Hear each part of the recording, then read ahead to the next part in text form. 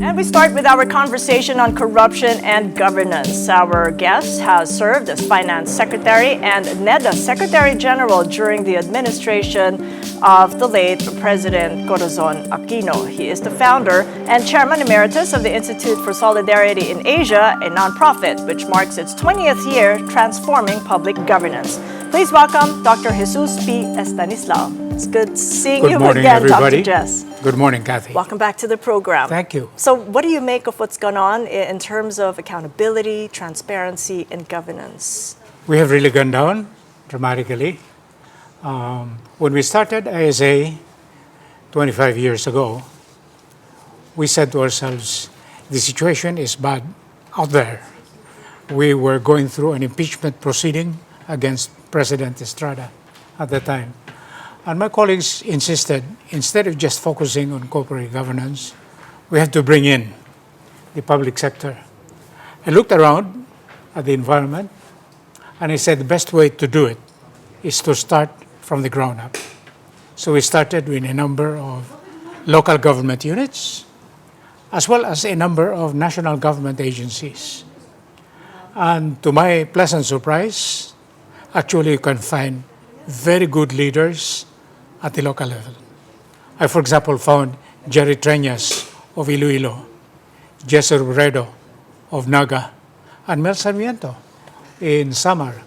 And they banded together and say, let's experiment with this balanced scorecard that came out of the Harvard Business School and apply it to our respective cities. Look at Iloilo today. It's a dream city. It has been transformed over many years. And it's amazing what has been done. Same thing is true with Bataan, with Joel Garcia. He was at that time Mayor of Balanga. Amazing what they're able to do. So it became very clear to me that it is possible to have good governance, clean government, a government that delivers, especially at the local level. We're talking about Filipinos. We're talking about the Philippines. We said it can be done. Have you had a chance to put the DPWH under the scorecard in those 25 years? Yes, we're able to, and we're very happy working with Secretary Singson. He cleaned DPWH to a very large extent. Now, I do not know what his successor did, but he did not continue the program of Secretary Singson. DPWH was one of our stellar performers. By the way, the same thing is true with the Bureau of Customs. During the presidency of Duterte, in effect, General Guerrero, who was the commissioner of the Bureau of Customs, cleaned up the Bureau of Customs and got recognition from the International Customs Organization as the most improved customs agency anywhere in Asia. Now I understand that they have gone down. So what is very clear, Kathy, is you can find good leaders at the local level, national government agency level. But what you have to make sure that, in fact, the program is sustained. So how can you sustain it then? I mean, you've seen the good side of what can be done, but then it just ends when there's a change in administration. So what should we do in the case and learn from it? Iloilo, the leader managed to train his successors. And now, in fact, his daughter, after Mayor Mabilog took over, now Iloilo continues to be governed very well. But the best example of what we've done institutionally is the armed forces of the Philippines. In 2010, they were looked down upon by the Filipino people with very low approval ratings. Since then, after they gone through the program, they've been scoring very high in SWS, Pulse Asia, and so on. Filipino regard our armed forces in a very good light. Now, they have managed to institutionalize the transformation because they have a continuous change of leadership, but they've embedded the good governance program so that no chief of staff can just sort of change it, and they've done very well. So where do we pick up then, as the problem really emanates from the DPWH? It could be other agencies. Yes. Where is the ISA going to come in to pick up and help? Well, we can only help those who would like to help themselves. We're able to work very closely with Secretary Babe Singson, but unfortunately his successor decided not to go together with us. What about for Vince Dizon? Have you spoken For? with him? Vince Dizon. Vince Dizon is just a new appointee. I'm sure that we'll be able to work together with him. We can pick it up. The same thing is true with the DOH. DOH under Secretary Duque pushed our governance program, and they've managed very well. Now, he may not have been in total control of everything that was going on in DOH, but that has moved on, and the public hospitals under DOH are continue to move on, and I'm very happy with them, with the results. So, we should not lose hope. It is possible to have good governance in this country, but what we need would be strong leadership that is committed to good public service. Unfortunately, we're still looking for those leaders at the national level today. And that includes And the that leadership at includes the top. The leadership at the top. The moment you have a leader says, I would like to get this done, like General Guerrero of the Bureau of Customs, he got it done. If you have a president of the Philippines that would say, I mean business, I do not want to have hanky-panky with respect to the budget process, he can get it done. Because technically and theoretically, the president of the Philippines should be in control of the entire budget. He's the one that proposes the budget, and he's the one that eventually approves the budget. So he can oversee the entire process. And he would not tolerate any insertions or any great deviation coming from the original budget that was prepared by a joint set of agencies, which includes the Bureau of Budget and Management, the Department of Finance, NEDA. All of that is properly vetted, and the institutional mechanisms are there. We're preparing our budget quite well. But the moment it goes through Congress, you have to oversee it. And the moment it gets to be approved and signed by the President, you have to make sure that it does not deviate from the original proposal. Well, let's take a look at the budget, because I've spoken with Ken Abante of the People's Budget Coalition, the budget watchdog, just last Friday, and he revealed new calculations for what he calls the pork barrel insertions in the House-approved bill. This is what he said exactly. Let's listen to it. Our new calculations for the conservative amounts of pork or patronage in this new budget is now at around 256 billion. From our original computation and accounting, that was around 230 billion. So we think there are still pork and patronage projects in this House General Appropriations Bill. So what do you make of that, Doc Jess? There's a lot more, he says, pork barrel insertions. Amount, and it's not only taken out of education, social welfare, and public health. It's above all taken the peso counterpart funds for the ODAs, the Official development assistance. amounts of money provided by Japan, the United States, the European Union, given to us, and we are supposed to provide peso counterpart fund. According to the rules, it's an automatic appropriation. They disappeared in 2025. And so the Secretary of Finance came around and said, can you support me in getting money coming from various types of agencies like PhilHealth, DBP? And I said, no, I'm not going to sign that. I do not agree. You have to solve the problem where it exists. And that is, they've removed the peso counterpart funds, and therefore, those projects cannot proceed. Well, the Senate is now saying that it's going to scrap all of the appropriations, unprogrammed appropriations, except for the foreign assisted projects. Will Well, that now help? they're saying that, but they removed, in 2025, they removed virtually all of the peso counterpart fund, and that's why they had to scramble. And I simply refused to agree with my fellow secretaries of finance. He said, no, you cannot do that. There's something wrong with the budget process. Solve the problem by not covering it up with money that you get out of PhilHealth, money that you get out of DBP. So That's wrong. what should the Senate do now as it deliberates on the GAB, the General Appropriations No, Bill we're from the talking about House? 2026. Hopefully, they've learned their lesson, and therefore we move forward. But the Senate's position is as it should be. It is as mandated by law. All the unprogrammed funds should be set aside, and you should not take money out of the counterpart funding for all ODA projects. Blockchaining the budget. Yes. How important is that? And It is that is doable and important. will it eradicate corruption? I have to thank Senator Aquino for introducing that bill because it enables us to trace where the amounts of money go, and therefore it becomes much more transparent. And how about blockchaining the live stream of the BICAM Conference Committee? That is a suggestion by the DICT. Not only a suggestion, it should be done. We need it for our people. People are angry. Hey, you're taking money out of the public treasury in order to put it into your own bank accounts, in order to finance your luxury lifestyle.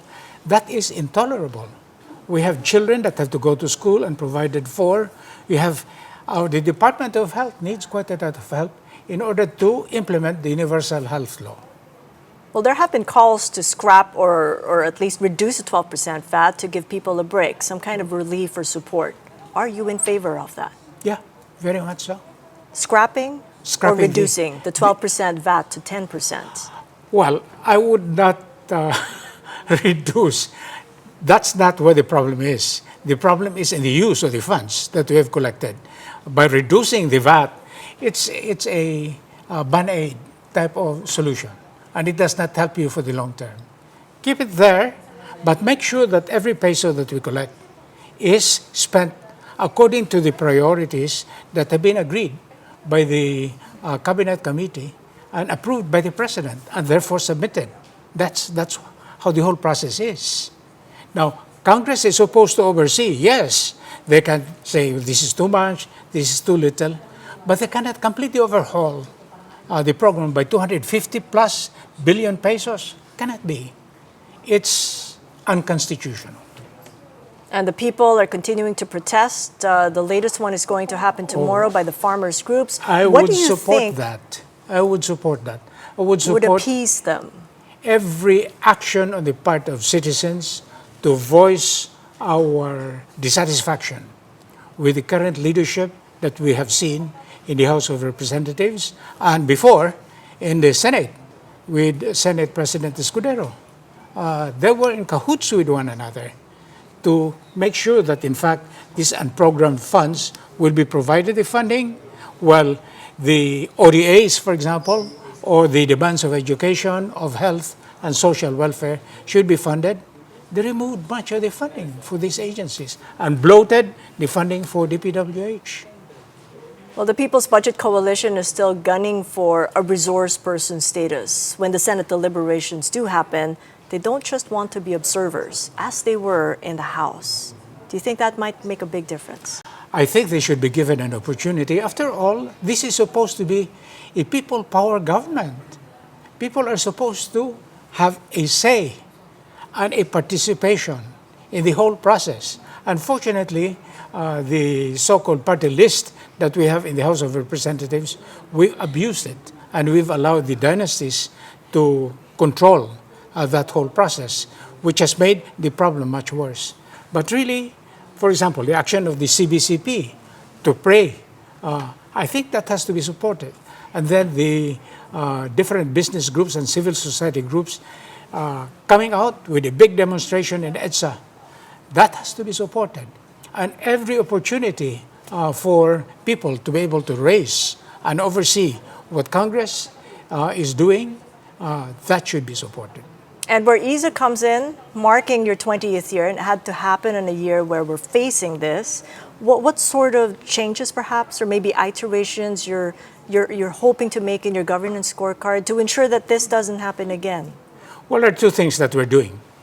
One is we've already worked with quite a number of national government agencies, with quite a lot of LGUs, and I must say, with all of the publicly listed companies. So that's quite a base. Now, instead of them focusing on their institutional transformation, many of whom have already succeeded, we're putting them together and make them coalesce with one another into a solidarity network. For example, all the public hospitals that we're working with, we're organizing them into a solidarity network to make sure that, in fact, they can get the funding, they can get the programs going, and they can continue to transform themselves. Give them 5 years, they will transform the Philippine health system. The same thing would be true with the national government agencies. I'm very happy with what the armed forces have done. And now they're promoting the national security agenda of the Philippines. They're in need of help coming from the LGUs and coming from the NGAs. What I'm trying to do is to organize all of our institutional partners into a solidarity network to work together with the armed forces of the Philippines so that, in fact, the national security agenda is not only national security, but it becomes a national transformation agenda. And very interesting, last week, I sat down with the SEC. They're very much in favor of gathering together all of our publicly listed companies and make them a solidarity network to get the Philippines out of the bottom of the list when it comes to capital market development and financial market development. Do you think we might lose our BBB credit rating from the S&P because of what's happened? Yeah, That we of might course. lose our BBB credit rating? Yeah. Francis Lim is doing a great job in the SEC, and he is pushing for financial literacy, inclusion, outreach to MSMEs, and then making sure that, in fact, corporations are not interested in just compliance with corporate governance rules, but would now focus on ESG. Now, ESG means environmental, social, and governance issues, which means anti-poverty and anti-corruption. That is what the country needs. So there's still a chance we can maintain the BBB credit rating. Give us a national leadership that will focus on these three platforms of human resources, natural resources, and our financial and capital markets. We can make this country probably the envy of ASEAN. In 10 years, we can do it. Instead of growing at 5%, it's easy to move the Philippine economy. Knowing what we have done with our OFWs and the BPO sector, we can do it. And instead of growing at 2-3%, which is kawawa, we're now growing at 5%. Now, can we jump to 10? Yes, by doing a transformation roadmap with respect to our financial and capital markets, we can do it. And the private sector and the public sector are getting together in a solidarity network. What do we do with our human resources? It's amazing what we can get out of our human resources.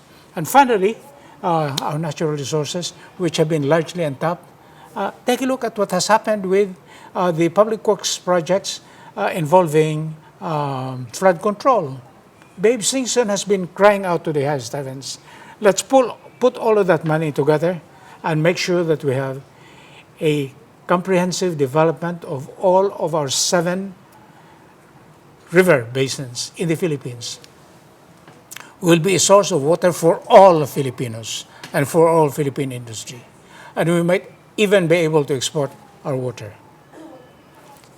The money is there. He's been saying, just give me 20% of that money that has been so-called programmed for flood control.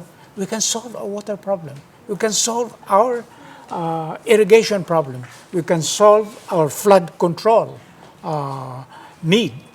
And then we can even raise the productivity of agriculture because we can direct it towards proper irrigation. Much work to do, but it's a good start with the governance scorecard. Thank you so much, Dr. Jess. I much appreciate the insights. Can be done.